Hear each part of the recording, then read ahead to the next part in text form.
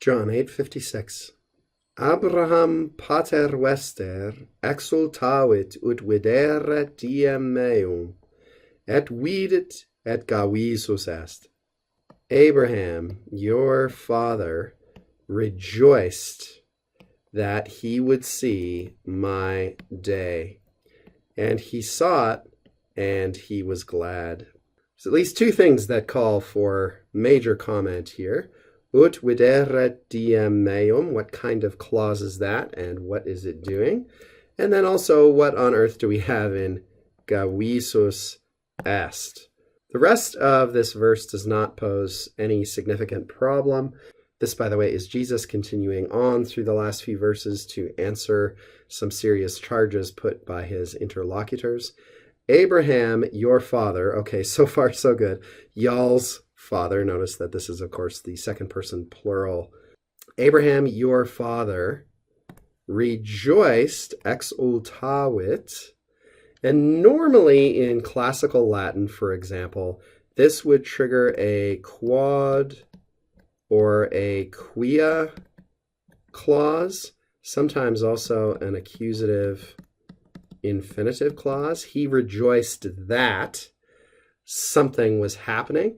It seems that later on in late antiquity, this kind of construction was sometimes replaced by ut plus the subjunctive. In this case, we've got the imperfect subjunctive in secondary sequence. If you need to review your sequence of tenses, this is a good time to consult a grammar. It's coming in secondary sequence, time contemporaneous, or as probably fits here a little bit better, subsequent to the time of the main verb. So Abraham, your father, rejoiced. Either we could say that he was seeing, or better in context here, that he would see in the future from the perspective of the time of this verb, exultavit, my day, where this whole thing, ut to meum, is a kind of object or substantive clause. That is, it fills in for something like a noun. For example, exulto, exultare, is frequently used with an ablative case noun.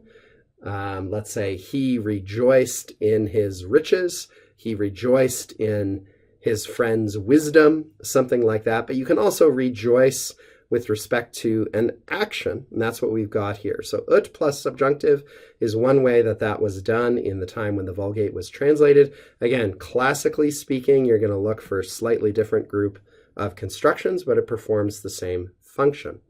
Now, as far as gavisus est is concerned, this is simpler than it looks. It comes from the verb gaudeo, gaudere, second conjugation verb, but then gavisus, and one of these things does not quite belong. You're going to see here that this is what we call, or what grammarians call rather, a semi-deponent verb. That is to say, part of the verb's forms, some of the verb forms are active forms with active meaning, and in this case, the perfect stem of this verb is deponent, but only the perfect stem. That is to say, passive now in form, but active in meaning. But just that part of the verb system for this verb, that is not the whole verb altogether. That's a strange thing that happens with some verbs in Latin. You'll get used to it mostly just by seeing these used and remembering, oh, this is one of those partially deponent verbs in some cases, partially not deponent verbs. There's just a few of them. You can find them listed in any standard grammar. So what we have here is simply, you can think of it being the perfect tense of gaudeo, the perfect active form, let's say, of gaudeo. He rejoiced. He was glad at what he saw.